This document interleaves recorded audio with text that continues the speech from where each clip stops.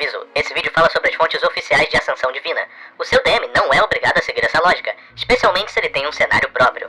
Essas são sugestões da lore e mecânicas de edições antigas, normalmente pensando no cenário padrão Forgotten Realms.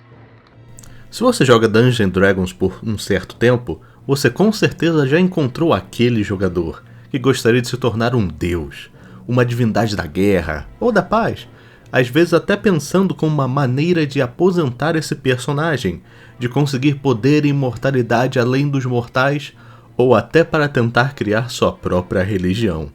Ignorando a razão do porquê, como um mortal poderia chegar até o status de divindade, pelo menos de acordo com os livros? Olá pessoas que acharam esse vídeo aleatoriamente. Eu já vou adiantando aqui nesse vídeo, na quinta edição, como já é de praxe, eles deixam bem na mão do seu DM, dizendo que ninguém sabe a maneira certa, não é como uma receita de se tornar um Lich.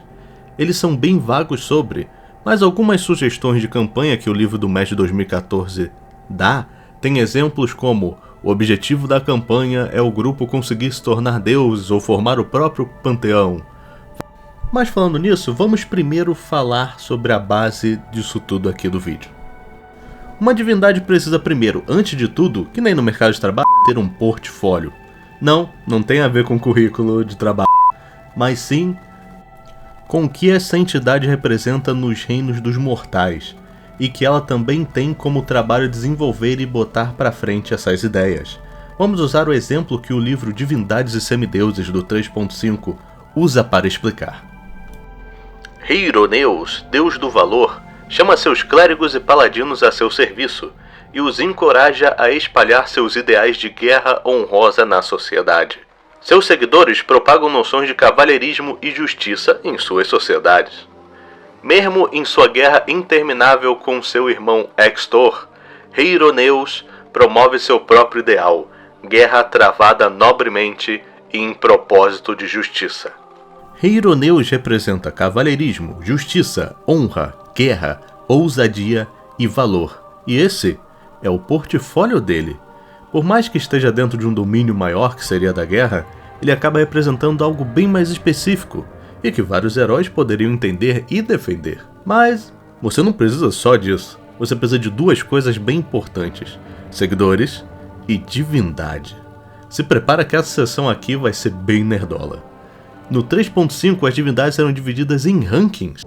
Rank 0 são quase divindades ou quase deities. São o nível mais baixo, normalmente levando em conta filhos de deuses com mortais, tipo os vários exemplos de heróis gregos como Hércules ou Perseu. Aliás, uma trivia interessante, o livro recomenda que Archdevils e Príncipes Demônios, que vamos falar provavelmente ainda esse mês, por padrão eram considerados nesse ranking também. Eles têm características até de mecânicas, né, dessas divindades, mas eles não têm divindade por si, mas são bem poderosos, bem mais do que os mortais. Agora, do rank 1 a 5 são os demigods, que normalmente seria traduzido como semideuses. Essas são as divindades mais fracas, mas elas podem sim conceder magias para clérigos que acreditam neles e praticar pequenos milagres. Eles normalmente têm entre algumas centenas até algumas milhares de seguidores mortais realmente devotos. Eles têm um pequeno reino divino, normalmente nos planos exteriores, e têm um controle da realidade menor baseado no aspecto que você é cultuado. Como por exemplo, um deus dos ladrões pode mudar a aparência de um item roubado para parecer outro totalmente diferente. A partir dos ranks acima até o rank 20, são divindades menores, intermediárias e maiores, sendo que as divindades maiores chegam a ter milhões de devotos, para manter o seu posto e importância. Mas existe algo além, o Overgod, ou os deuses dos deuses, os deuses supremos, que estão tão acima que não precisam se preocupar com seguidores, que é o ranking 21 para cima. Em alguns cenários, para alguém ascender a divindade precisa do ok desse Overgod, desse deus, para se tornar oficial e ele te dar a divindade necessária. No cenário padrão de D&D, o Forgotten Realms, Ao, ou Ao, como você quiser falar, é o que determina mesmo se você for adorado. E mesmo se você consiga a divindade, ele ainda poderia te rebaixar e tirar de você, se ele se interessar nisso, é claro. O AO é engraçado, porque ele age que nem um ADM de Discord que não se interessa pelo que tá rolando. Ele só vai aparecer e te dar um esporro na frente de todos os seus seguidores e avisar que se vacilar de novo, ele vai pegar a chibata. E isso aconteceu numa aventura antiga já. Ele não fala com ninguém, mas é implicado que ele segue as ordens só de uma entidade, um ser de luz, que muita gente acredita que é o DM da campanha que você estiver jogando. Logo, se por acaso você jogou Baldur's Gate 3 e viu o possível final do Gale onde se torna um deus menor graças aos artefatos de Karsus, ele teve que ter o ok do AO para isso, mesmo depois de todas as coisas que aconteceram para conseguir virar. Ele não explica suas razões nem porquês, ele só vem e faz o que acha que deve fazer. Nem os deuses sabem como ele funciona. Logo, ele é tipo o algoritmo do YouTube. Intermissão. Algo que talvez você esteja pensando. Eu sei de uma maneira fácil, Dato Fogão. É só enganar um grupo de Kuotoas. Você tá falando desses peixões aqui, famosos pelo edit de joinha, que vamos admitir é bem charmoso? Bem, sim e não. Eles eram experimentos dos devoradores de mentes, o que tornou a mente deles bem fora do padrão, meio insanos. Em resposta a esse dano mental, eles tentam remediar com um fervor religioso enorme. E por causa que a mente deles funciona de maneira bem psicamente estranha, eles acabam criando deuses para proteger eles dos perigos que eles passam. Normalmente Drows, dependendo da época da lore. Se muitos deles acreditarem no mesmo deus, o deus Kuo-Toa, graças ao poder psíquico coletivo da raça, eles vão criar uma forma física para esse deus, normalmente com detalhes aleatórios ou idiotas. A parte importante é dar forma física à imagem mental deles desse deus. Logo, mesmo se tu conseguir fazer com que eles acreditem que você é um deus que protegeria eles criariam uma segunda versão sua, tipo um headcanon deles da pessoa original. E mesmo assim não necessariamente vai durar para sempre. Se eles são convencidos por alguém, eles podem muito bem ser enganados pelo vilão da campanha, outros aventureiros, ou até se alguém matar todos eles, o que vai acontecer com essa imagem conjurada na forma física? Já que o poder psíquico deles que alimenta isso. É bem perigoso. Então eu não acho que é tão simples assim. Fim da intermissão. E como conseguir a divindade? Eles falam que o que diferencia um mortal de um deus é o Divine Spark, ou a centelha divina. É uma qualidade indefinível que os separa.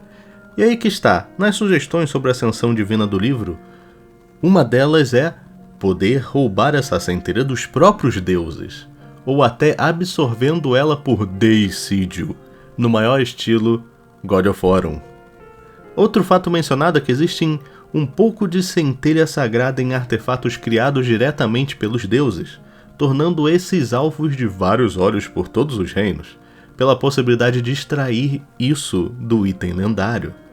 O Ed Greenwood também disse que existe um pouco de Divine Spark nos cadáveres largados dos deuses, que vão parar fora dos planos superiores, ou até fica em lugares como florestas onde deuses tiveram seus últimos momentos.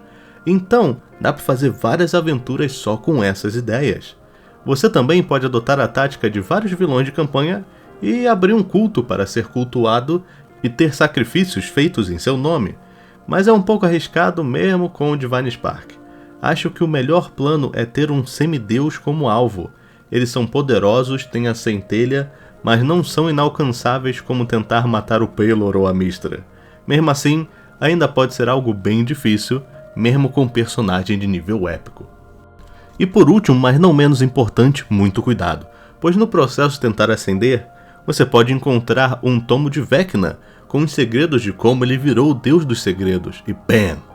Você cai na pegadinha da maldição dos Nothic. Ou pior ainda, você realmente está perto de se tornar um deus e você é caçado por um dos inevitáveis, o Varakuti, que eu já cheguei a fazer vídeo aqui no canal, que literalmente tem magias como parar o tempo e desejo para fazer com que você não quebre o status quo divino. Isso Sem falar que sua tentativa de pegar uma centelha pode ser premeditada por um oráculo ou por uma divindade que tem premonições e fará de tudo para parar o seu destino divino. Mas se fosse fácil, não teria graça, né? De qualquer jeito, o que acharam desse vídeo? Tem algum fato ou lore que eu me esqueci de mencionar? Algum personagem de alguma campanha sua já virou uma divindade? Bota aí nos comentários. Mas até lá, muito obrigado por ter visto o vídeo até aqui. Espero que tenha um ótimo final de semana. Valeu! Aliás, eu não poderia terminar esse vídeo sem agradecer aos membros do clube do canal. Muito obrigado aos apoiadores Gaivoto, Murilo, Jorjosus, Krobis, Eduardo, _H_, John Barros, Lucas Schran, Egg do DM e Anderson Moraes. E também devo agradecer muito para os membros aventureiros aqui do canal.